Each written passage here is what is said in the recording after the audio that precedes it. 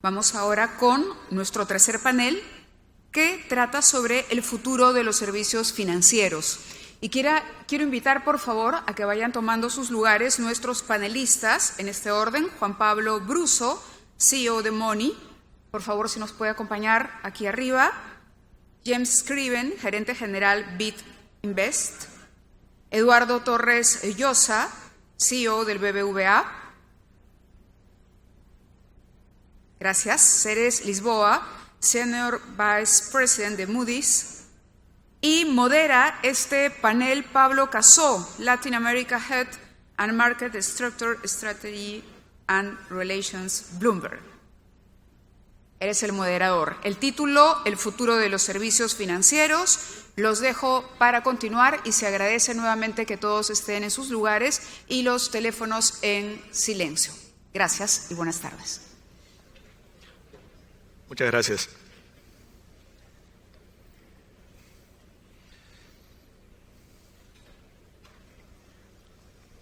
Ok. Las innovaciones y la llegada de la economía digital han traído nuevas oportunidades para enfrentar el problema de las pymes y las personas de bajos recursos al acceso al financiamiento. Entre ellos, una reducción de costos permitió a prestamistas expandirse a empresas pequeñas y a microempresas.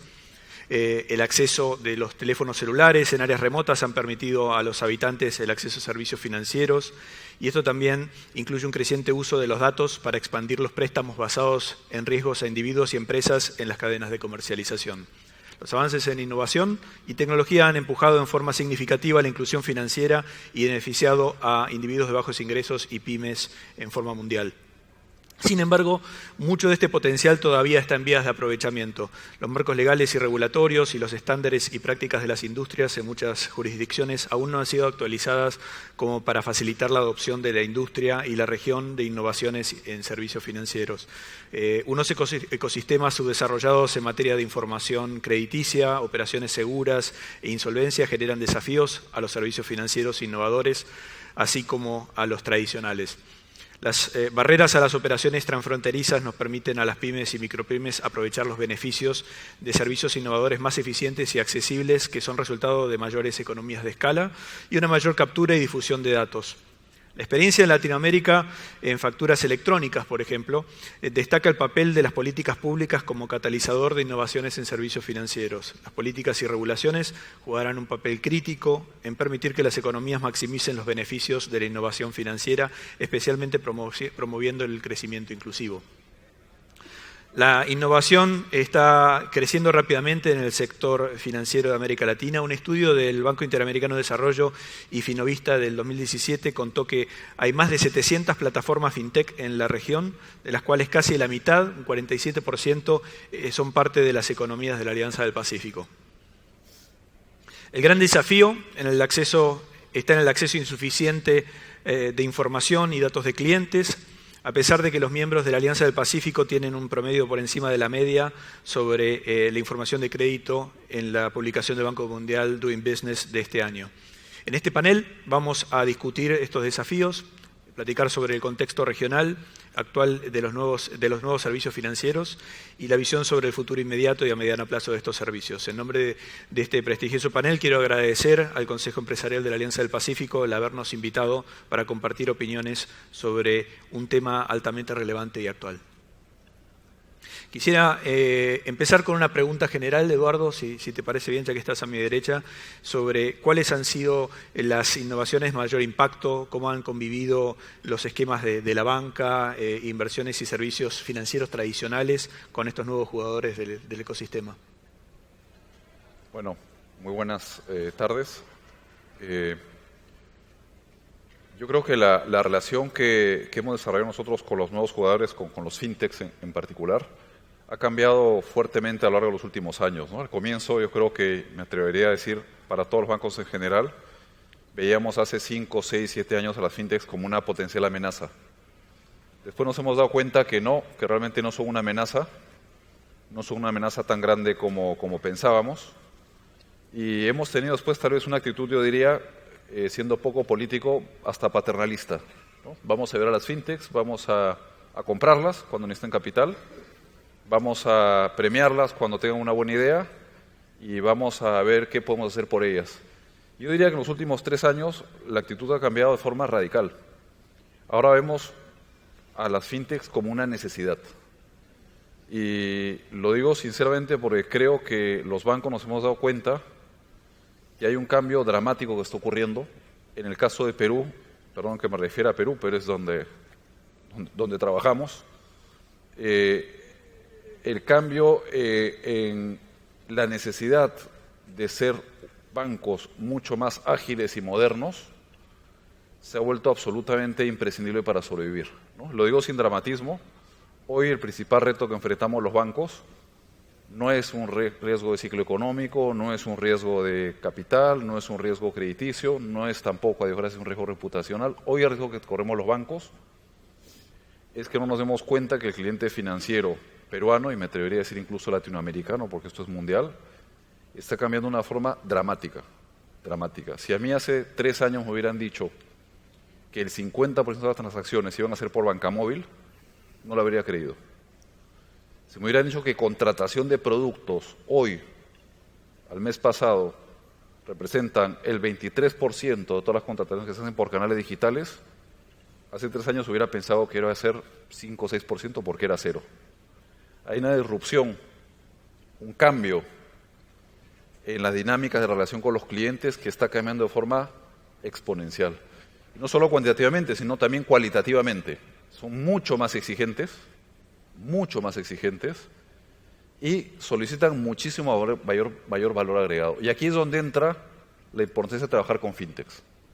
Todos los bancos estamos trabajando ventas digitales a toda velocidad para ponernos al día, desarrollando capacidades, trabajando capacidades de Big Data, tratando de transformarnos internamente para ser menos lentos, cambios culturales, organizativos, de planificación, de palancas de recursos humanos, para ser más emprendedores, pero definitivamente somos conscientes que necesitamos a las fintechs para poder dar todos esos desarrollos, funcionalidades que hoy día los clientes valoran mucho más. Entonces yo diría que tenemos ganas de que se desarrollen y que se desarrollen además nosotros para el beneficio de los clientes. Esa adopción que están teniendo los clientes tan inesperada tiene que ver también con cambios culturales. Dice que son más exigentes, ¿no? Tiene que ver un poco con la inmediatez que la tecnología nos enfrenta al día a día, que así lo vemos en nuestros hijos. No tienen paciencia para nada, ¿no? En materia de cómo la tecnología nos malacostumbra a ser más exigentes. Yo lo que diría es un tema de puro sentido común, Pablo. O sea, yo a mi equipo lo que les digo, mira, si ahora para mandar comunicarte con tu amigo, antes esperabas a pegar la estampilla y ahora miras el teléfono. Si antes para pedir un pollo a la brasa, contestabas el teléfono y ahora aprietas un botón. Para pedir un taxi levantabas la mano, ahora bajas la mirada y si demora 6 minutos, tomas Cabify en vez de Uber, que te demora 3.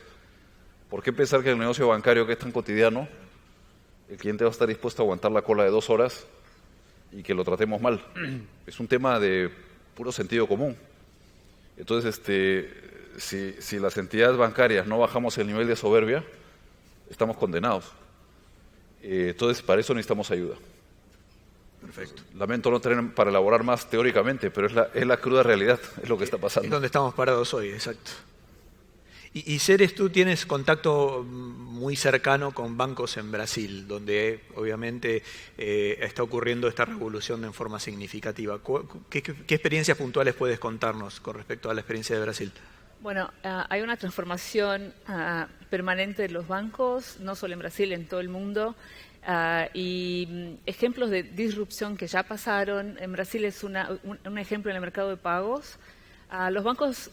Bueno, las fintechs sacaron los bancos de una posición muy confortable, que eran dominantes en el mercado de pagos en Brasil, tenían 100% del mercado, pero tampoco se interesaban mucho por esa población o los microempresarios que eran muy chicos, no tenían una educación financiera como los bancos querían. Y esas fintechs, 2 fintechs se destacaron mucho en ese segmento. Una se llama PagSeguro y la otra se llama, 3, la otra se llama Stone y Nubank en tarjetas de crédito. Esas 3 fintechs crecieron muy rápido en 4 años. Hoy tienen Stone y PagSeguro tienen más o menos 21% de mercado de pagos, transferencias y adquirencia de tarjetas de crédito. Ellas lo que hicieron fue interesarse por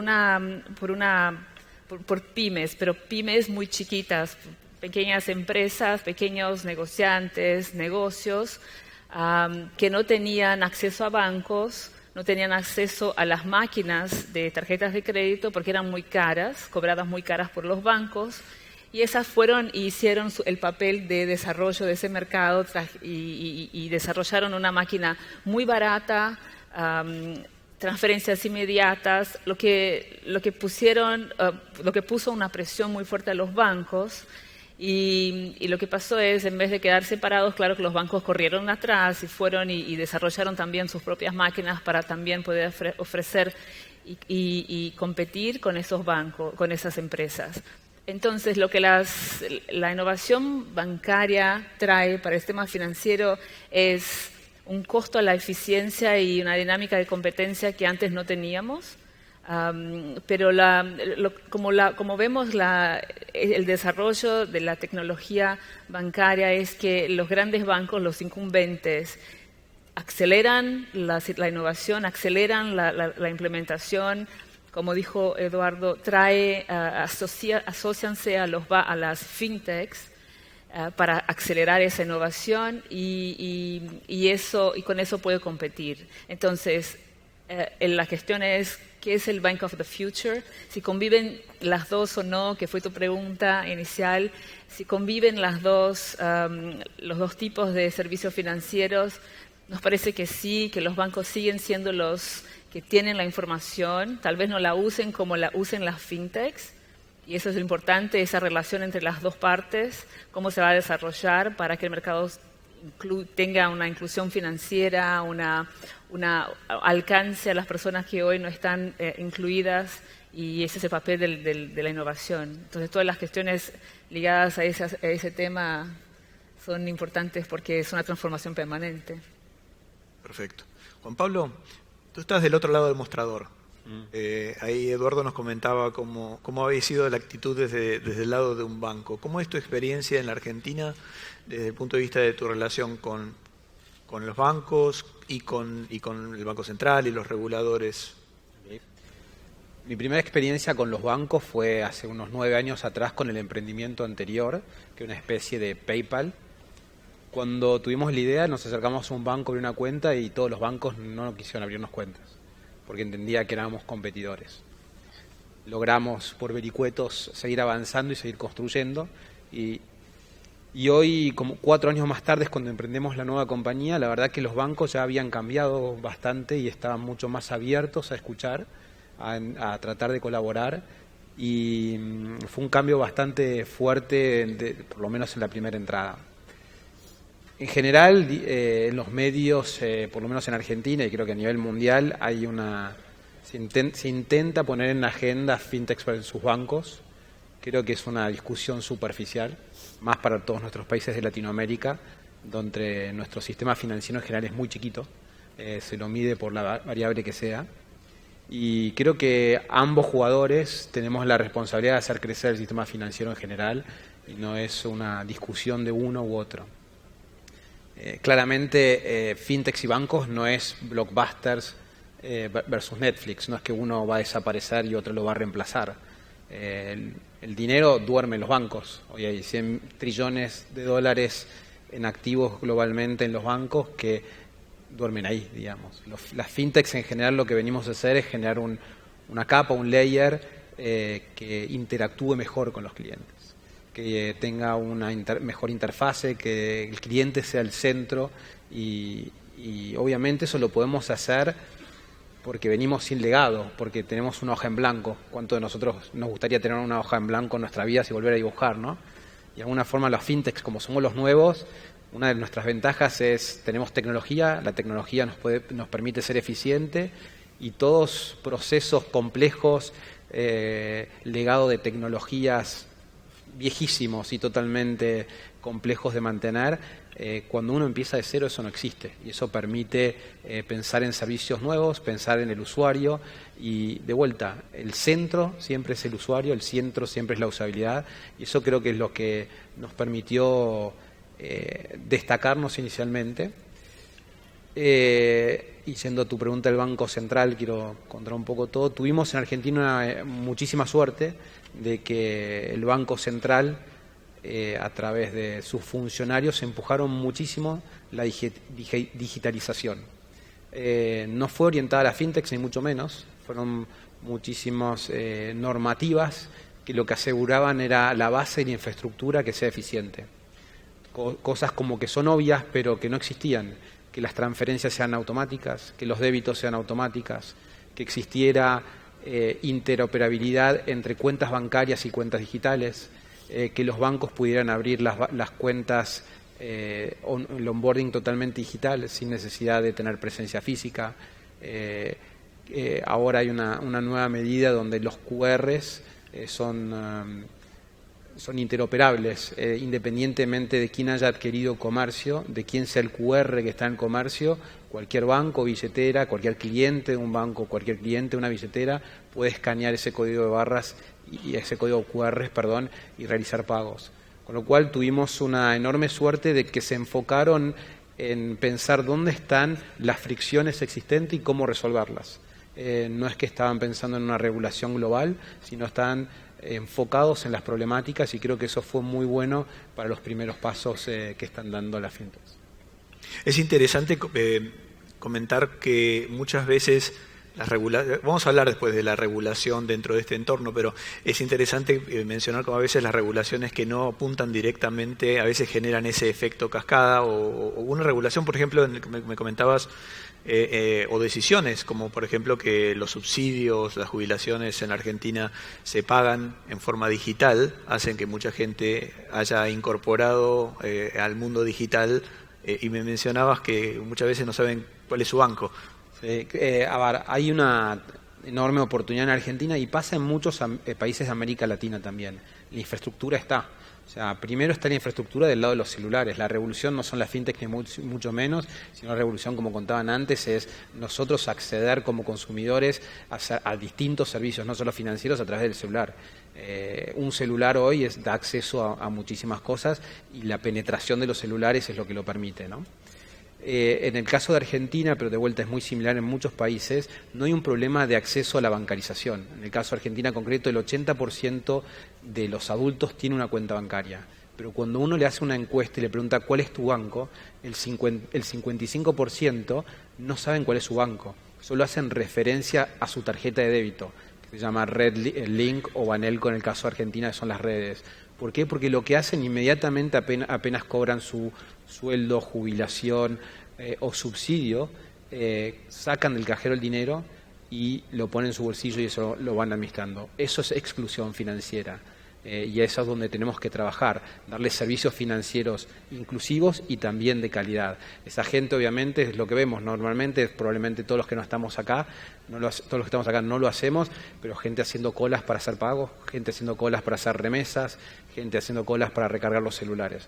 Bueno, ahí es donde creemos que hay una enorme oportunidad de incluir financieramente a una población totalmente desatendida, y de vuelta, aprovechando una infraestructura que ya existía, que en este caso son las tarjetas de débitos, y creo que el cambio que se puede generar en unos pocos años es enorme. Y cuando uno vive el cambio no se da cuenta. O sea, la verdad que cuando empezamos la compañía en Money, el 20% de las transacciones venían de los celulares. Hoy es el 90%, 4 años más tarde, nada. Entonces los cambios son vertiginosos, somos parte de ellos y no nos damos cuenta, pero en poco tiempo esperemos que los pagos digitales en Argentina, por lo menos, y espero que en toda la región, sean mucho más relevantes que por hoy. Hay un paso anterior. Yo recuerdo que muchos empezaron a incorporar el uso de tarjetas de débito En la crisis argentina del 2001, cuando teníamos el corralito, no podíamos sacar la plata del banco.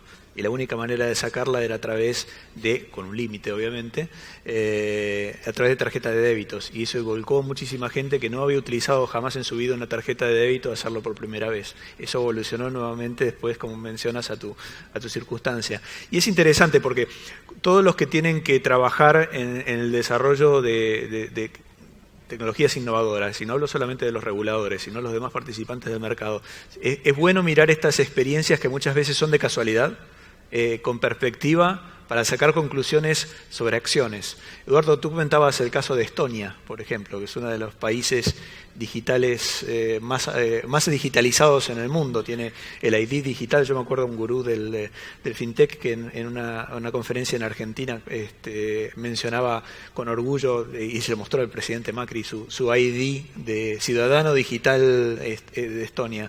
Y me comentabas que hubo una circunstancia particular que impulsó el desarrollo de la economía digital en Estonia, ¿no?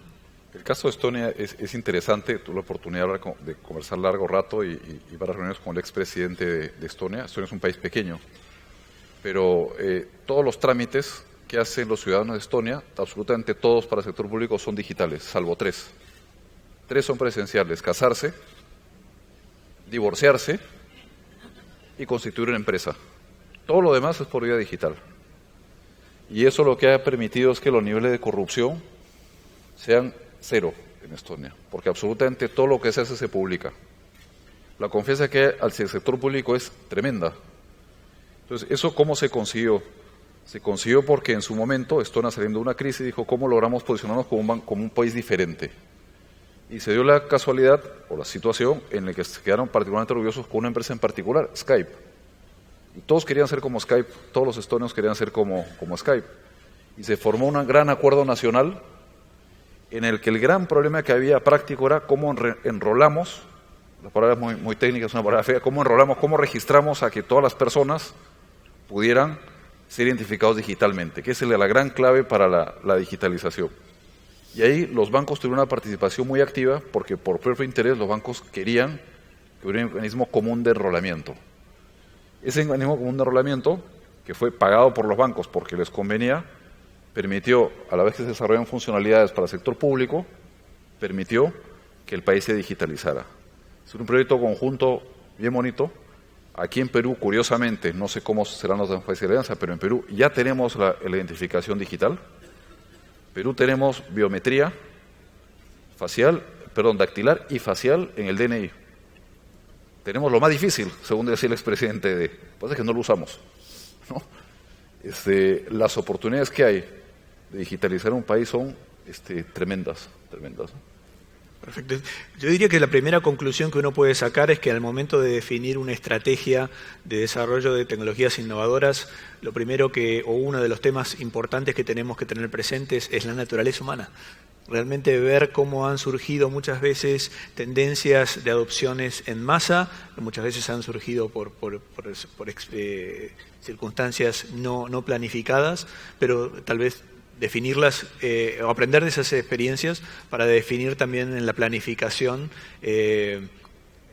políticas que tienen que ver o acciones que tienen que ver con favorecer la adopción, teniendo en cuenta cómo funciona la naturaleza humana. Y ahí no podemos dejar de pensar que hay un cambio de paradigma en estas nuevas generaciones. La forma que toman decisiones son distintas, son otra especie. Lo sabemos con nuestros hijos eso. Hablan otro idioma, toman decisiones tal vez no por una cuestión de sentido común, sino por temas de ego, de aceptación social y demás. No podemos dejar de lado todas esas políticas. James, desde la visión de un banco de desarrollo, me imagino que tu participación principalmente tiene que ver con la gran posibilidad única en la historia de la humanidad que existe hoy, a partir de la tecnología, de poder dar acceso a servicios financieros a poblaciones que nunca lo habían tenido antes. Tenemos una oportunidad única de inclusión financiera como nunca antes. ¿Qué puedes contarnos sobre tu experiencia desde el banco en materia de las nuevas innovaciones? Excelente. Primero, muchas gracias por la invitación. BidInvest, que habrán escuchado en la introducción, es el sector privado del grupo BID. y mi relación o mi contestación va a ser siempre del ángulo de banca de desarrollo.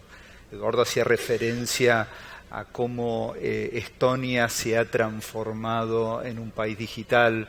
Nosotros tuvimos la suerte de invitar al presidente de Estonia a varios países de Latinoamérica con el objetivo de lograr algo parecido a lo que está haciendo Estonia o hizo Estonia hace ya varios años, y muchos países están avanzados y estamos viendo consecuencias muy positivas de una tecnología, de una incorporación digital a todo lo que están haciendo. En este caso, nosotros convivimos con el sector financiero, nosotros tenemos la suerte, muchos de nosotros, de tener cuentas bancarias, y no solamente cuentas bancarias, sino más importante, como decía Juan Pablo, acceso a créditos, que es la gran mayoría no tiene, pero somos muy pocos los que en Latinoamérica lo tienen. Es uno de las regiones que menos inclusión financiera hay en el mundo.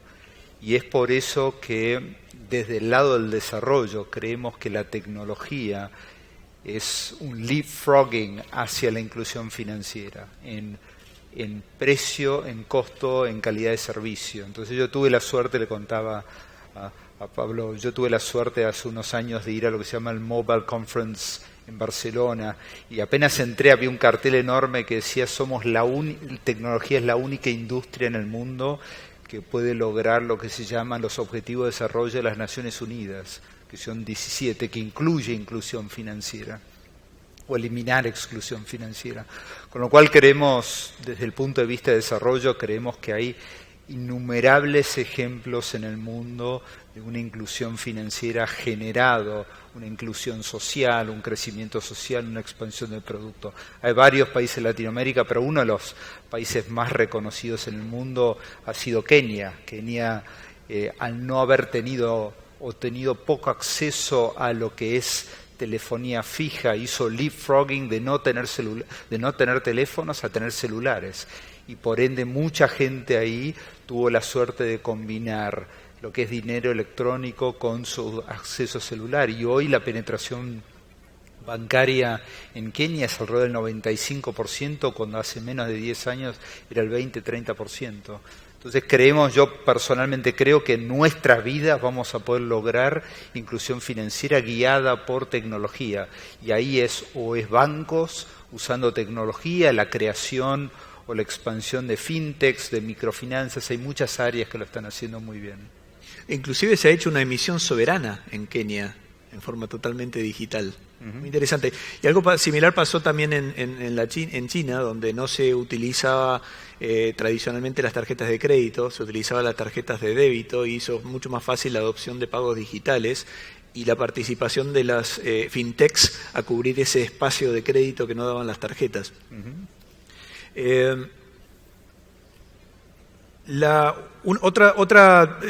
Otra consecuencia de la digitalización de distintos procesos de la economía tiene que ver con la generación de datos. Los datos son la clave para el desarrollo de muchos nuevos servicios financieros, con grandes desafíos. Nosotros, dentro de lo que es el mundo APEC, dentro del Asia Pacific Financial Forum, tenemos dos iniciativas. Una que es el desarrollo de un ecosistema de la digitalización de los servicios financieros, el otro es la digitalización del trade finance y del supply chain, que van a generar oportunidades de utilizar colaterales móviles para financiamiento a distintos participantes a lo largo de la cadena productiva. Los datos también que se generan, por ejemplo, de la digitalización de las facturas, algo que ha avanzado mucho aquí en la América Latina, que es ejemplo de hecho en otros países, en otras regiones en el mundo, pero también el acceso a información sobre, por ejemplo, los pagos de servicios. Podrían generar datos que ayuden a tener una carpeta crediticia completa, no solamente de temas negativos, sino también de temas positivos que puedan abaratar el costo de financiamientos a los que son cumplidores. Pero el tema datos genera toda una serie de desafíos en términos de seguridad y demás. La pregunta es para Pablo y Juan Pablo, cada uno desde su lado. ¿Cómo ven el desafío de los datos dentro de esta ecuación de los nuevos servicios financieros? Pues yo, ¿querés Pablo primero? Así te doy tiempo que me retruques. A ver, no es un área de mi expertise, pero conceptualmente los datos creo que le pertenecen a los consumidores. Y si los consumidores aceptan que esos datos sean compartidos, obviamente, y ahí está el tema de protección de datos de forma correcta, puede ser algo muy relevante para los consumidores. Concretamente, en línea con lo que dice Pablo, tenemos una gran población en América Latina que es no bancarizada o subbancarizada, que en general no accede al crédito.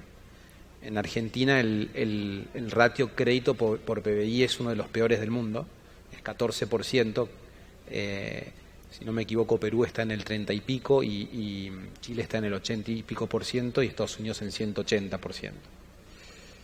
Eso implica que hay mucha gente que no tiene historial crediticio, implica que el sistema tradicional financiero escorea a una persona, evalúa crediticiamente a una persona teniendo muy en cuenta su historial crediticio.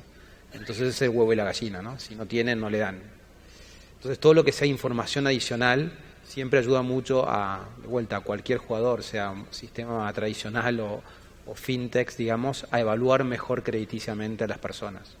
Pero en América Latina hace poco hay muchas iniciativas en sí por los bancos centrales, concretamente el Banco Central de Argentina, puedo contar muy claramente la experiencia, donde están haciendo más nutritiva esa información, que esa información se pueda compartir, se está extendiendo el plazo, antes se mostraba la información hace 3 meses, ahora se muestra la información del último año, antes estaba cerrada por producto, ahora se abre por tipo de crédito, y si se suma a todo eso información que se podría acceder con la autorización del cliente, cuáles son los movimientos en otros bancos, o qué estuvo consumiendo últimamente, qué servicios pagó, cuál es su situación impositiva y en qué momento. Todo eso es información adicional que puede ser muy importante, sobre todo de vuelta para evaluar esta población subbancarizada.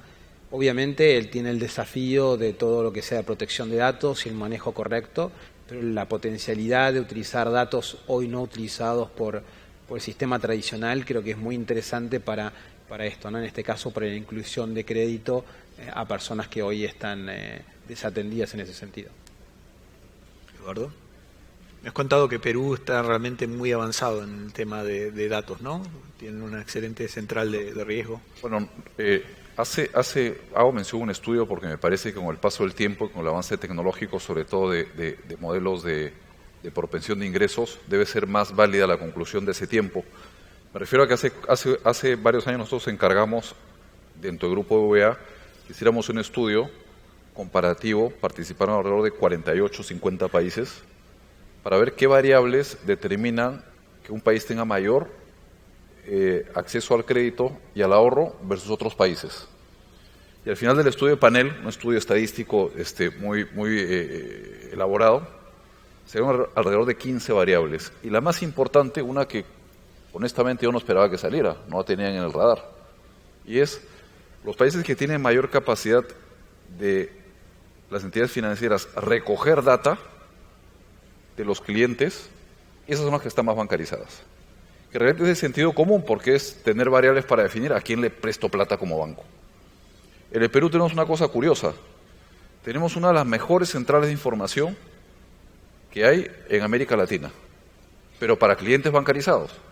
Es decir, cualquier peruano que está acá entra una información que es pública además, sabemos dónde tiene su hipotecario, su crédito hipotecario, dónde tiene su tarjeta de crédito, dónde tiene su crédito de consumo, por qué monto, si está al día o no está al día y en qué entidad. O sea que una cantidad de información sorprendente para estándares bancarios. Y sin embargo tenemos uno de los índices de bancarización más bajo de América Latina. ¿Cuál es la razón? Que los bancos atendemos muy bien y competimos con los clientes ya bancarizados, pero no tenemos acceso a información para clientes no bancarizados. ¿Cuál sería esa información? Si paga puntualmente la luz, si paga el agua, si tiene cable o no tiene cable, si tiene Netflix, ya sabemos que se le puede prestar un poquito más, ¿no? Esa información no la tenemos. Y es una información que nos encantaría tenerla, pero hay que hacerla respetando los deseos del consumidor. Entonces tenemos que conseguir que la normativa, hoy las telcos dicen de ninguna manera te doy el dato, cuando debería ser una información que es del cliente. Yo debería estar dispuesto a darla, si alguien me la pide, para que pueda tener un acceso al crédito con más facilidad. Creo que hay un ámbito de regulación que se embarca, se incorpora en todo lo que es la protección de datos personales, sabiendo que el cliente siempre es, la persona siempre es dueña de su dato, pero que puede ayudar a bancarizar mucho más al país, ¿no? Perfecto. ¿Algún otro comentario alrededor del el tema datos? El tema datos creo que es importante también para desarrollar lo que todo el mundo viene hablando y es un tema importante hoy, que es el Open Banking. Desde la experiencia que analizo en Brasil, es que el Banco Central ahora ya empezó con las primeras directrices sobre el Open Banking, y lo más importante es lo que estamos hablando, es cómo los bancos y las empresas de luz van a compartir los datos de los clientes, siempre con la opción del cliente, por la opción del cliente, y cómo esos datos salen de un sistema y se comparte con fintechs y cómo van a ser usadas. Entonces, desde el punto de vista de la responsabilidad del tratamiento de los datos, es importante una regulación para que al final, si hay un mal uso de los datos, es importante entender que el riesgo reputacional para el sistema financiero es muy alto, y eso es un costo que debe estar cobrado en los servicios financieros, y nadie quiere eso. O sea, el sistema de innovación tecnológica viene para eso. Entonces hay que cuidar mucho. El dato es una ley importante, y desde el punto de vista del desarrollo de todo el servicio financiero, el futuro del servicio financiero, tiene que ser muy bien determinado y bien regulado. Perfecto. James. Sí, más que con respecto a datos, que creo que el tema de datos es importantísimo, no solamente para el sector financiero, pero sí ya estamos hablando de tecnología, lo que son los récords médicos, o sea, muchísimo está relacionado con eso, y una mala utilización de datos financieros te puede excluir financieramente de por vida. Entonces, creo que es importante eso. Pero quería dar otro ángulo que también tiene que ver con la inclusión financiera, que estaba hablando Juan Pablo, que decía: mucha gente va a estar entrando al sector financiero, a ser bancarizado por primera vez. Y cuán importante es la educación financiera. Estas personas no tienen acceso, no saben. Hemos visto en India, por ejemplo, casos horribles de la conclusión de sobrebancarización de un sector de población muy, muy bajo que no entendía lo que estaba haciendo.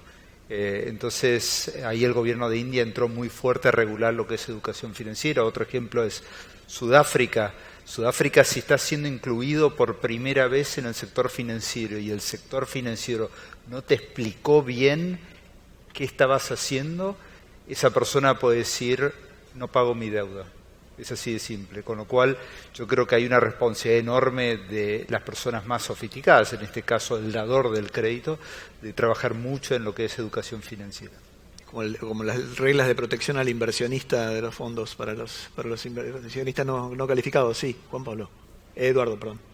Yo quería, haciendo alusión a ejemplos de la India y de Sudáfrica, y comentabas el tema de la adopción, ¿no? Yo creo que un par de ejemplos de cómo la participación de las fintechs puede ayudar a generar mayor inclusión financiera en Perú, que yo en lo personal creo que es el gran filón, la gran oportunidad que tiene el sistema bancario latinoamericano con la adopción de tecnología. En Perú hay, para poner un ejemplo, Visa, que tiene aquí 25 años, a través de VisaNet, tenemos 250.000 POS, ¿no? los TPVs para tarjeta de crédito.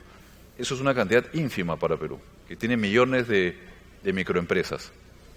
¿Qué es lo que ha pasado? Que históricamente el POS cuesta $300, un pequeño negocio no lo puede pagar, y requiere una línea dedicada. Tampoco puede tener una línea dedicada, eso es carísimo.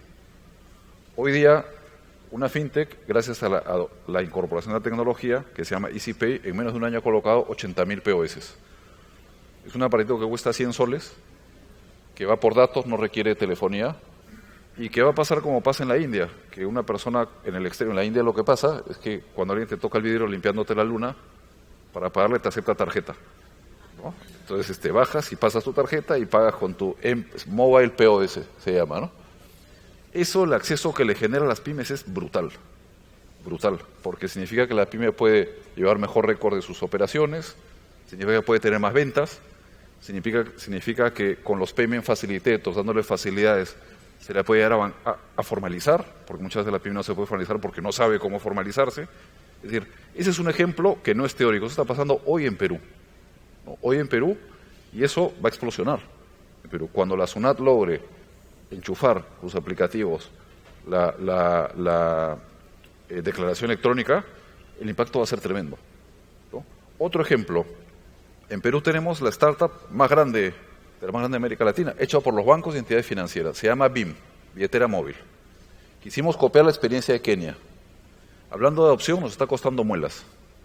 Estamos haciendo ahora un piloto con una empresa agroexportadora para conseguir que las personas, en vez de recibir su dinero de quincena en un sobre después de hacer 2 horas y media de cola, puedan recibir su dinero en el teléfono.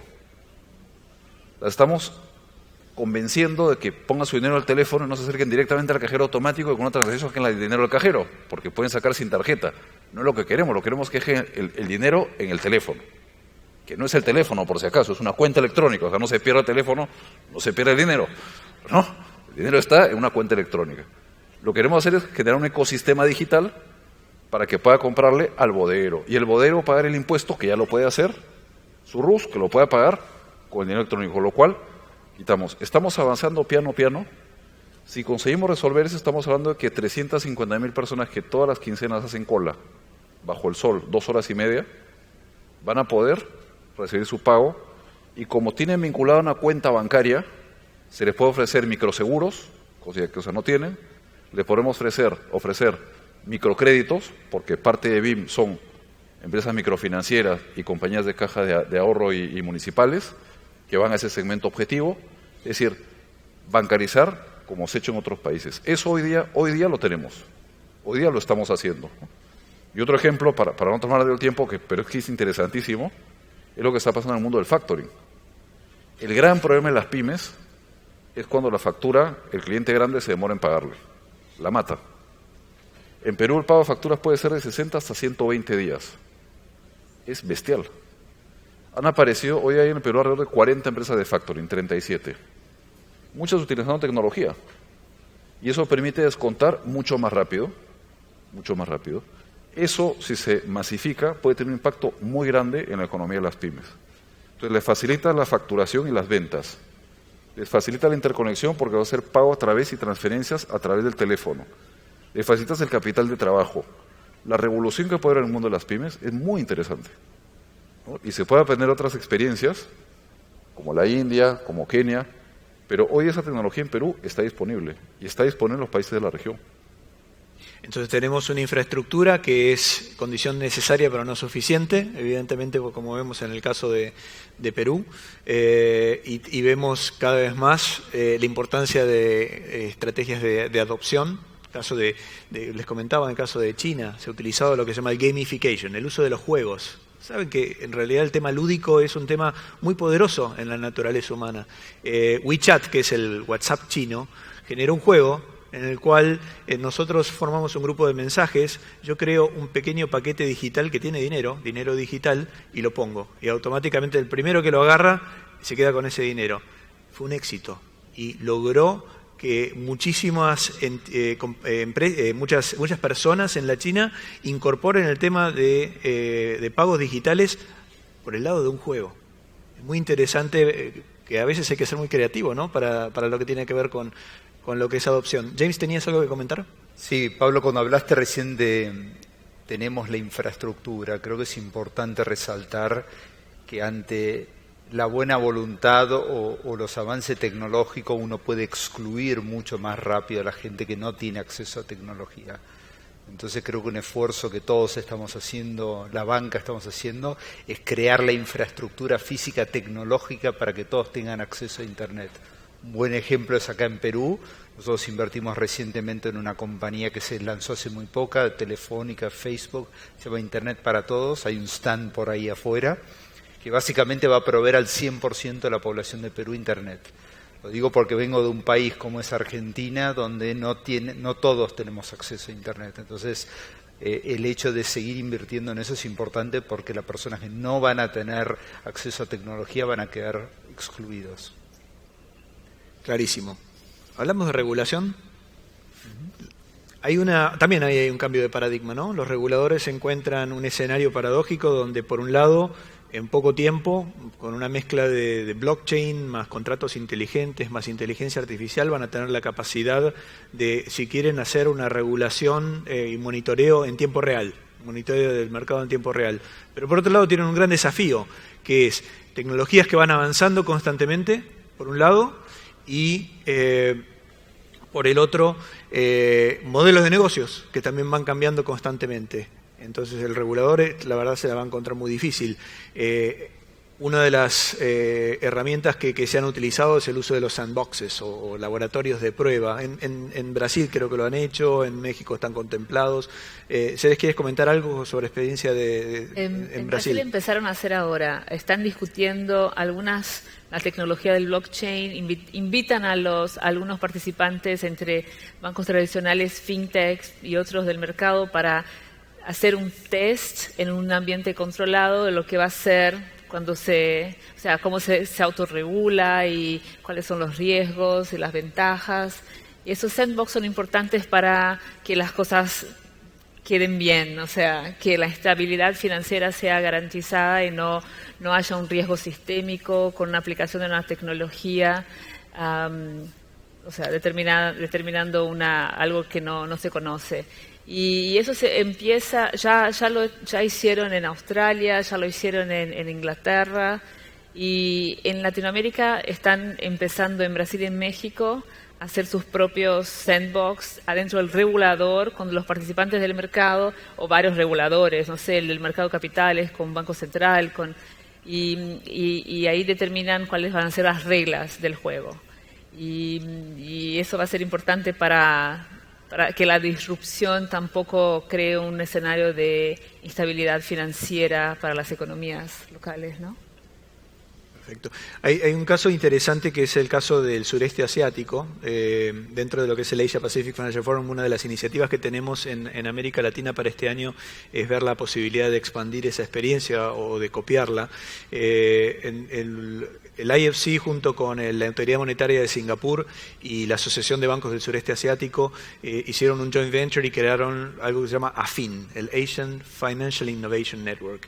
Y esta entidad generó una plataforma que se llama APIX o API Exchange, que conecta a bancos con fintechs. Es una especie de Apple Store de fintechs, pero que tiene también algo muy interesante, que es un sandbox industrial para que los bancos y las fintechs puedan probar en un ambiente de prueba antes de seguir avanzando y cerrar negocios, pero también un sandbox regulatorio, donde una fintech que por ejemplo va a ofrecer servicios en otra jurisdicción, puede ver si cumple con esos requisitos, y que sirve también recién hablábamos del desafío del regulador, para que los reguladores puedan ver qué servicios se están desarrollando en el ecosistema industrial.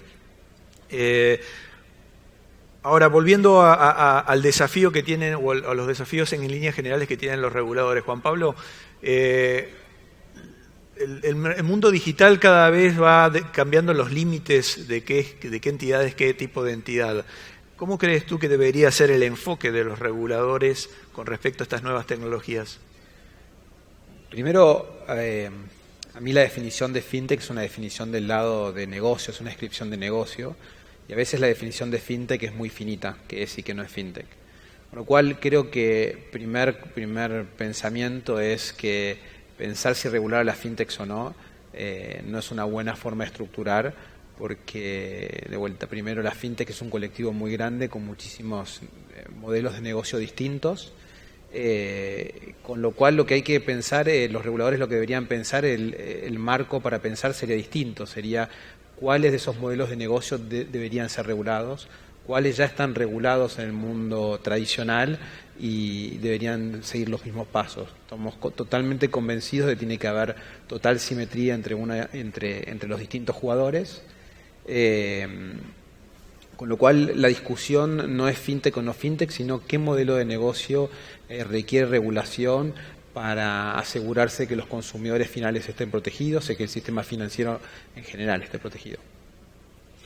Y ahora bien, en términos de de regulación también existe el riesgo de sobreregular. Recién, Eduardo, estábamos charlando, por ejemplo, en temas de ciberseguridad. La regulación debería apuntar a que el banco tenga la mayor flexibilidad posible para poder hacer frente a una nueva amenaza, porque no se sabe de dónde viene, antes que tener que estar cumpliendo con reportes o con hacer un compliance específico regulatorio.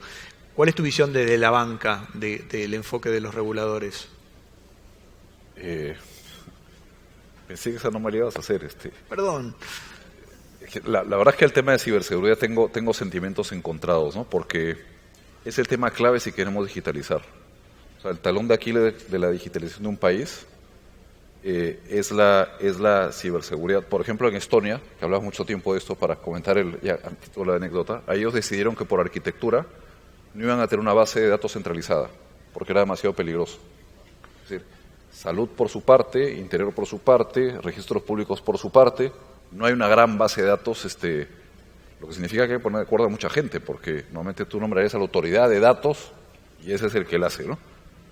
Y en su momento tuvieron un hackeo aparentemente de los rusos, entonces decidieron hacer un backup de toda su base de datos, toda la base de datos del país, es un backup en Finlandia. Y dice que eso vale más que su reserva, Banco Central de Reserva. Una conceptualización, el valor del dato, ¿no? Adelantados en su época, más de 20 años. A nosotros como entidad bancaria evidentemente nos interesa que la industria tenga un nivel mínimo de seguridad, porque el día es un bien público la seguridad. El día que alguien tenga un problema, toda la industria se ve afectada. Nosotros tenemos, perdón que lo diga de esa manera, estándares relativamente altos, porque tenemos un grupo internacional con estándares muy altos, pero creemos que tiene que haber de todas maneras un nivel mínimo. Ahora, el problema es cuál es el nivel mínimo, porque el regulador puede entender una cosa y los bancos podemos entender otra, ¿no? De modo que decir que hay un nivel mínimo, yo también tengo ahí sentimientos encontrados, de modo que no tengo respuesta sobre el tema. Por lo pronto, la forma como lo estamos resolviendo nosotros es poniéndonos estándares de seguridad muy, muy altos, ¿no? Pero es el tema, cuando se habla y cuando se habla de open banking, de hacer sandboxes, ¿no? Que son términos ya muy técnicos, pero nosotros hacemos sandboxes. El sandbox, por ejemplo, cuando queremos nosotros desarrollar una funcionalidad nueva en cajero automático, por decir algo, hacemos un sandbox que ponemos 50, en vez de los 1000 cajeros, 50 con esa funcionalidad, para ver si gusta o no gusta. Igual hacemos en nuestra página por internet, probamos con un grupo de usuarios. Entonces, claro, algunas fintech nos dicen, oye, pon un sandbox, y trabajamos juntos, ¿no?, para ver si gusta o no gusta.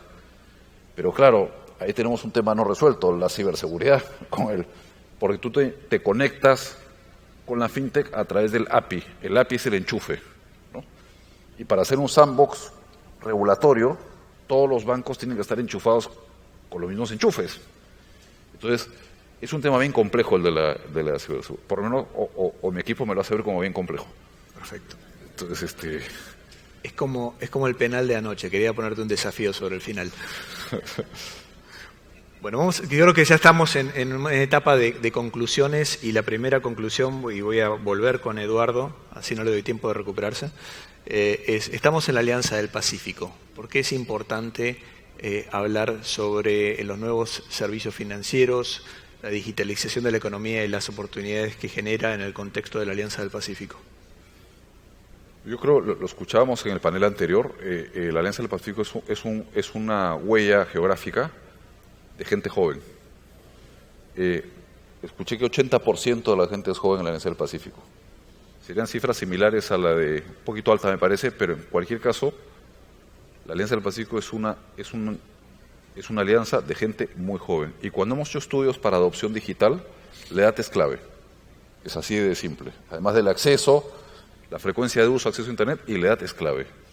O sea que tenemos la condición necesaria, fundamental, para hacer una alianza más moderna. Pero además, salvo Chile, los demás países tenemos una asignatura pendiente muy clara, que es que tenemos que bancarizar.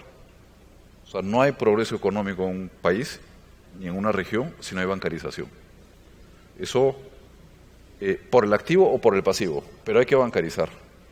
Y la tecnología hoy permite que demos el salto rana para hacer una región que se bancarice muy rápidamente. Si otros países lo han podido hacer, ¿por qué nosotros no?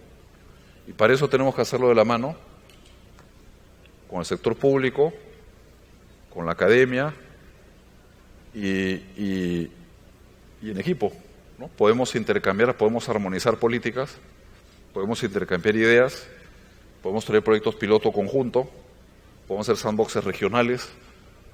Hay muchas cosas que se pueden hacer si trabajamos en equipo. Yo creo que es una idea, el potencial que hay para hacer cosas en la región a través del uso de la tecnología disponible es inmenso y es tremendamente acertado que en la Alianza del Pacífico estemos hablando de estos temas que son una bala de plata para todos nuestros países. Bueno, hoy hemos hablado, si tuviéramos que definir bullet points para una hoja de ruta, hemos hablado de muchos temas. Hemos hablado de, primero, que esto es un blanco móvil, de cómo nuestra reacción va migrando. Mencionabas que el banco lo había visto primero como una amenaza, luego lo ve como una oportunidad. Vemos como en algunos casos requiere definitivamente un plan de adaptación, caso de Brasil, mencionaste perfectamente cómo cambió el ambiente competitivo. Existen algunos temas claves, adopción, estuvimos charlando, lo hablamos mucho, la naturaleza humana, vimos que tenemos que ser muy originales en el enfoque, el tema de datos, tanto de protección como de acceso, como incentivar el desarrollo y captación y de compartir esa información en forma segura, pero también protegiendo y obteniendo la aprobación del consumidor sobre sus datos personales. Vimos que el tema de infraestructura es clave, definitivamente, tanto tecnológica como en términos del marco tecnológico de soporte. Vimos como muchas veces los más atrasados son los que tienen las mejores oportunidades. Lo hemos visto, por ejemplo, con China, con el caso de la falta de incorporación de tarjeta de crédito, lo comentaba Juan Pablo, por ejemplo, en el caso de la Argentina. En líneas generales, como mencionaste recién, voy a reiterarlo, sí, tiene muchas partes móviles, una hoja de ruta debería considerar absolutamente todos los temas. Creo que el panel fue muy interesante en el día de hoy en el término que tocó este tema desde muchos ítems distintos. Quisiera en los últimos 3 minutos preguntarle al resto de los panelistas si quisieran complementar estas conclusiones con alguna opinión adicional. Los dejé de cama. Creo que sería redundante, estamos ante una gran oportunidad y va a haber un cambio muy fuerte en estos próximos años y sin lugar a dudas si podemos colaborar y lo vamos a hacer entre todos los nuevos y los incumbentes, el impacto va a ser muy grande.